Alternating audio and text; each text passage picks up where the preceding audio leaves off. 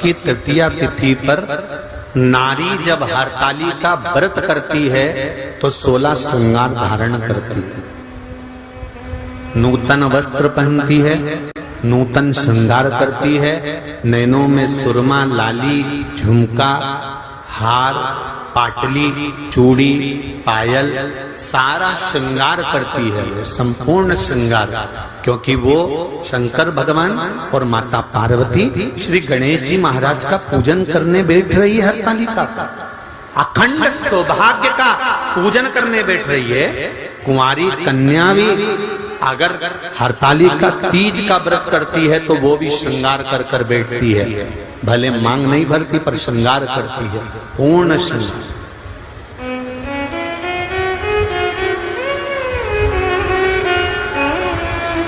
ऐसे वर को क्या वरूं जो जन्मे और मर जाए,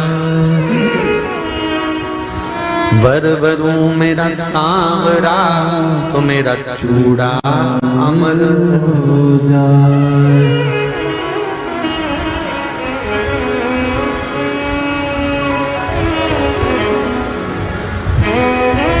ऐसे वर को क्या वरूं जो जन्मे और मर जाए, वर वरूं मेरा सांवरा तो मेरा चूड़ा अमर हो जाए। जहां हरतालिका व्रत हो रहा है वहां पर आप घर पर पहली पूजन करने के बाद घर जाकर अपने परिवार को बता देना कि अब मैं रात को बार बार नहीं आ सकूंगी, अब मैं भगवान की आराधना करूंगी, पूजन करूंगी। हाँ, स्नान करने के लिए आई, तैयार होकर तुम मुझे छोड़ आना, फिर मैं पूजन करूंगी वहां। वो हो सकता है आना जाना, पर थोड़ा बैठ कर सत्संग, भजन, कीर्तन, श्री शिवाय नमस्तुभ्यम या पंचाक्षर मंत्र नमः शिवाय, षडाक्षर मंत्र ओम नमः शिवाय या भगवान का भजन वहां बैठकर करते हैं।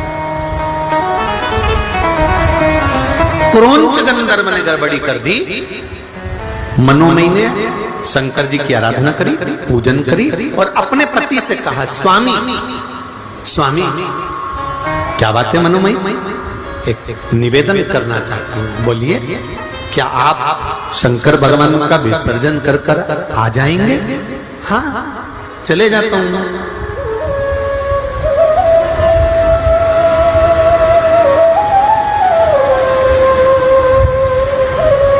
क्या आप शिव जी का विसर्जन कर कर आ जाओगे? हाँ, चले जाता हूं। पूजन आपने करी है, अर्चना आपने करी है, आराधना आपने करी है, शिव को निमंत्रण देकर आपने बुलाया, तो छोड़कर भी कौन आएगा?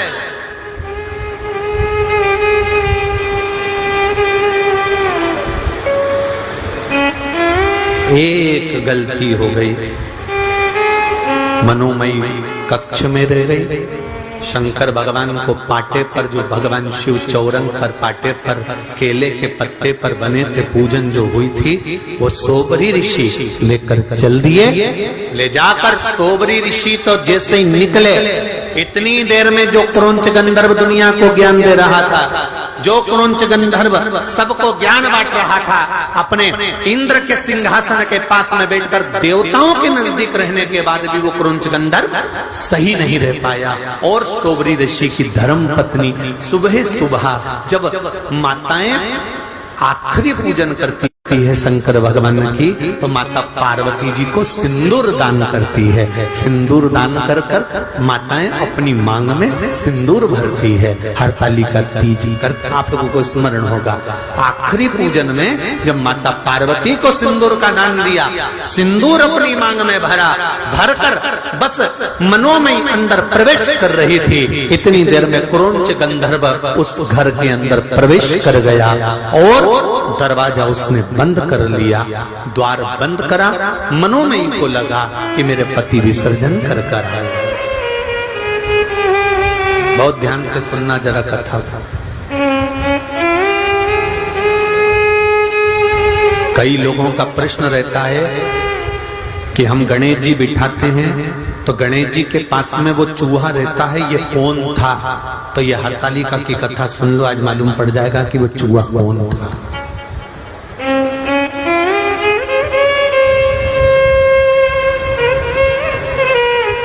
कई लोगों का प्रश्न है कि गणेश जी के साथ जो चूहा रहता है, हम गणेश जी बिठाते हैं तो चूहा साथ में रहता है, तो वो चूहा कौन था?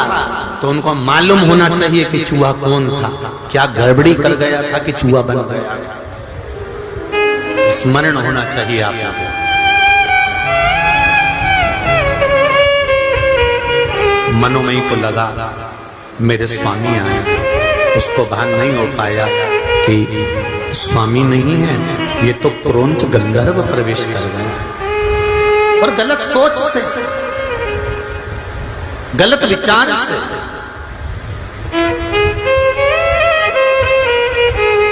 बहुत ऊंचे पद पर बैठ जाना या बहुत ऊंचे पद पर बैठकर अच्छे रह लेना, ये भगवान की कृपा से ही हो सकता है। ऊंच निवास नीच कर देख न सकल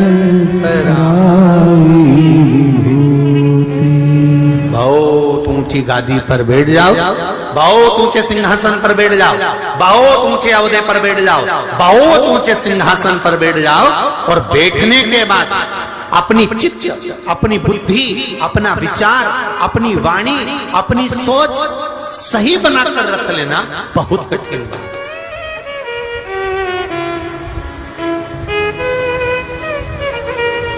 एक भगवान से एक प्रार्थना जरूर करना। आप लोग, मैं तो निवेदन करूंगा हिंगोली वासियों से भी, आस्था चैनल पर कथा सुनने वालों से भी, फेसबुक यूट्यूब पर कथा सुनने वालों से भी निवेदन करूंगा, भगवान से प्रार्थना करना, भगवान हमें ऊंचे सिंहासन पर बिठाना, हमें ऊंची गादी देना, हमें राजसी ठाड़ देना, हमें दुनिया का सारा सुख देना, पर इतनी कृपा करना कि अपनी वाणी से, अपने द्वारा हम किसी को नीचा ना दिखाएं।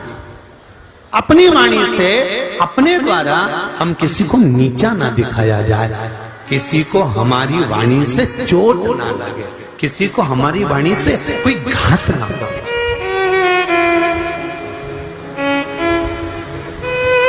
हम कई बार कथा में कहते हैं, आज फिर कह रहे हैं, आपका मन कथा में लगे तो आप कथा सुनो। आपका मन करे कि सियोर वाला महाराज कथा कह रहा है, उसमें कुछ शांत तत्व है, तो आप सुनो। नहीं है, आपके हाथ में रिमोट है, आप टीवी बंद कर दो।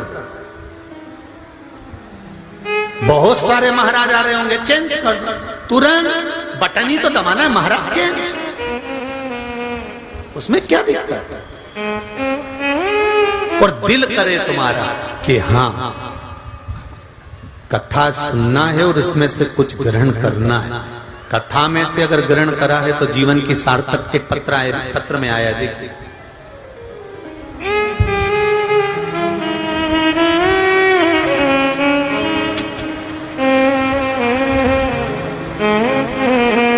अंजुलेश नवीन जायसवाल हिंगोली से हैं, कहीं बैठे हो तो हाथ हिलाइएगा। आप ही श्री शिवाय नमस्ते। दोनों 9-5 के बाद उसी दिन सोनोग्राफी करवाई, अटैक आ गया, एक्सीडेंट हो गया, वेंटिलेटर पर पड़ा है, तो विद्वान से विद्वान ब्राह्मण एक ही बात कहेगा कि महामृत्युंजय का पाठ करो, शिव का नाम लो, शंकर को याद करो, जो मृत्यु को भी जीत सकता है वो इसको बचा सकता है, बाकी का सामर्थ्यता के अनुकूल नहीं। महाराज एक निवेदन है, जब हम दुख की घड़ी में होते हैं, फिर निवेदन है, एक शंकर का चरण अगर पकड़ लिया तो ये विश्वास मानना, वो किसी के आगे तुम्हें झुकने नहीं देगा, तुमको संभाल,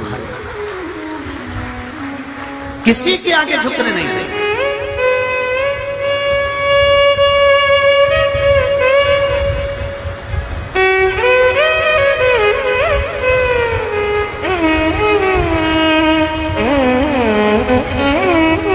एक पति नौकरी करता था, उसकी नौकरी छूट गई। छूटने के बाद में पति ने एक प्लाट था, प्लाट पर मकान बना लिया कर्जा लेकर, कर्जे वाले प्राण पर प्राण खा रहे, नौकरी अलग छूट गई। पत्र है,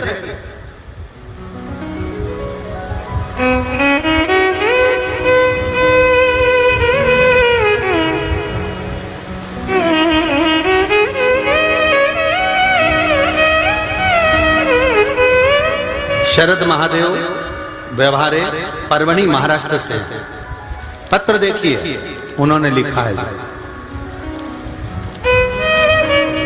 मेरा नाम शारदा महादेव व्यवहारे, मैं परवणी महाराष्ट्र से आई हूं। कहीं बैठी हो तो हाथ हिलाइएगा। महाराज, पिछले साल महीने में परिवार बहुत परेशानियों में हो गया था गुरुदेव। मेरे पति की नौकरी छूट गई और हमने छोटी सी जगह ले ली थी जिसपे बैंक से कर्जा लेकर मकान बनवा लिया। गुरुदेव, नौकरी की समस्या आ गई, पति बहुत मानसिक टेंशन में रहने लगे, गुजर बसर का भी दुख हो गया, भोजन के लाले हो गए, मकान बेचने की कतार पर आ गया। गुरुदेव, बड़ा फैसला लेने को मेरे पति ने कह दिया कि अब ये मकान बनाया है, अपन इसको बेच देते हैं, बेचकर कर्जा चुका देंगे, नौकरी नहीं भी है तो कहीं से गुजारा तो चल जाएगा। फैसला लेकर एक तरफ मकान था, दूसरे तरफ पति का टेंशन था कि ये बीमार ना पड़ जाए, तो हमने भी कह दिया ठीक है, मकान को बेच दो, और मकान बेचने का फैसला किया गया। तभी आपकी और आपके शिव महापुराण के बारे में मेरी सहेली ने कहा, उसे सुन, और सुनकर टीवी के सामने ही भगवान से प्रार्थना कर और जो उपाय बताए वो कर। तभी आपने पार्थिव शिवलिंग का निर्माण करवाया, जो इंदौर से पार्थिव शिवलिंग का निर्माण आप लोगों ने भी करा होगा। श्रावण के शिवरात्रि पर जब निर्माण करवाया तब हमने उस पार्थिव शिवलिंग का निर्माण किया, और बाबा की कृपा ऐसी हुई गुरुदेव कि मेरे पति को उस पूजन करने के तीसरे दिन ही जॉब लग गया और हमारा मकान बिकने से बच गया। ये शिव है, ये शंकर है। शंभू वीकेंड पे हीरो बनकर आया है, आज छोड़ूंगा नहीं। शरणे मांगो घड़ी रे घड़ी, दुख काटो दया करी नगर शहर। आपने दिल से अगर उसको पुकारा है, आपने दिल से उसको आमंत्रित करा है, आपने दिल से उससे कोई बात कही है, आप बैठकर अपने चित्त की बात, अपने मन की बात, अपने हृदय की बात उससे कहो तो तुम दुनिया से कहकर हल्के हो जाते हो, पर उससे नहीं कह पाते। भोलेनाथ, मेरी बेटी की शादी करा दो। शंकर भगवान बोले, बेटी तेरी तो मैं काहे को शादी कराऊं? जब तू वहां पर भी मेरा तेरा कर रही है, मंदिर में बैठकर भी कर रही है कि मेरी बेटी की शादी करा दो, तुम्हें वहां बोलना चाहिए, भोलेनाथ आप ही की दी हुई पुत्री है, आप ही की है, और जैसे अशोक सुंदरी का विवाह करा था आपने, मेरी बेटी आपकी है और आपको इसका विवाह करना है। शिव जी कहे जब मेरी है तो टेंशन मत कर, निपटा दूंगा 3 महीने में ही। जा,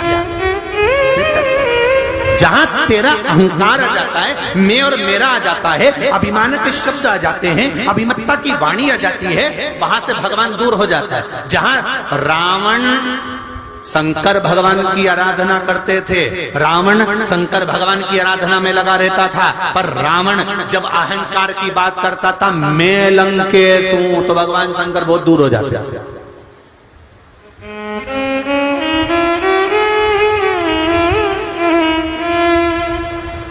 घर मेरा, परिवार मेरा, कुटुंब मेरा, कबीला मेरा। एक सेठ जी हमेशा यही के रोते थे, मेरा परिवार मुझे इतना चाहता है, इतना कि मैं 1 मिनट नहीं दिखूं तो हमारा घर का लोग मुझे ढूंढने निकल जाता है। तो इतने में गुरुजी आए उनके गांव में, गुरुजी ने कहा तुम्हारा परिवार तुम्हें इतना चाहता है, हम भी देखना चाहते हैं कितना चाहता है, तो एक काम करो ना, थोड़ी आधा घंटा के लिए मरी जाओ। तो क्या आधा घंटा के लिए कोई मरता है क्या? नहीं, बस तुम ऐसा पानी पीते पीते लुढ़क जाना। गुरुजी बोले हम डॉक्टर को बुलवा के खिलवा देंगे, ये मर गया, उठना मत ही, बस हो आधे घंटे बाद हम उठा देंगे, हम भी तो देखें तेरा परिवार कितना तुझे चाहता है। वो शंकर बैठा मिले।